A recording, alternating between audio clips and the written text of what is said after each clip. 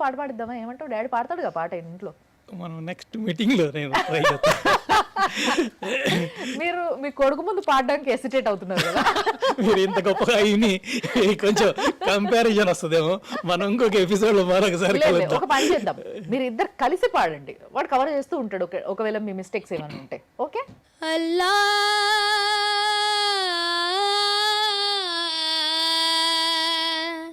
శ్రీరామా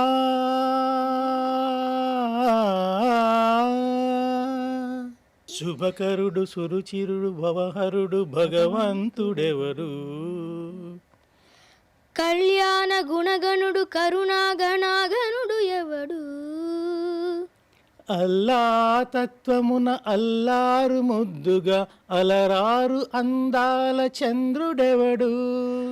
ఆనందనందనుడు అమృతరస చందనుడు రామచంద్రుడు కాక ఇంకెవడు?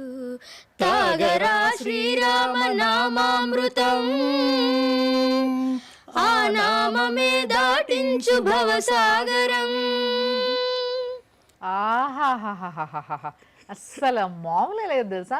అందులో తండ్రి కొడుకులు ఇద్దరు యాక్ట్ చేస్తూ పాడతారు, ఇక్కడ తండ్రి కొడుకులు ఇద్దరు కూడా మన కోసం నిజంగా పాడినారు. అసలు చాలా బాగా పాడుతున్నారు మీరు కూడా.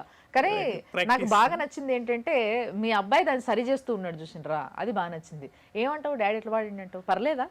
మా నాన్నని కరెక్షన్ చేసేంత ఏజ్ నాకు రాదు. కానీ సంగీతాన్ని కరెక్షన్ చేసేంత జ్ఞానం అయితే ఉంది కదా నీకు. 6 out of 10.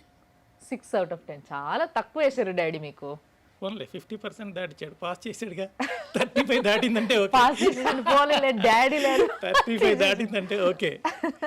మరి మీ కొడుకుకి మీరు ఎన్ని వేస్తారు? నేను ఎప్పుడు 100 వేస్తాను, ఎందుకంటే but he's good enough. He's your hero అంటారా? Good enough, definitely. Very nice, very nice. మీ ఇద్దరిని చూస్తుంటే చాలా ముచ్చటేస్తుంది, చాలా మంచిగా అనిపిస్తుంది. అంటే ఈ బాండింగ్, ఈ కనెక్షను, ఈ తండ్రి కొడుకులకి మధ్య ఉండే ఒక వెరీ సాఫ్ట్ అఫేర్ ఏదైతే ఉంటుందో ఆ అఫేర్ని చాలా తక్కువ మంది క్యారీ చేస్తారు ఈ రోజులలో. సో దాన్ని మీరిద్దరు క్యారీ చేస్తున్నారు. చాలామందికి ఇన్స్పిరేషన్గా ఉంటారు మీరిద్దరు.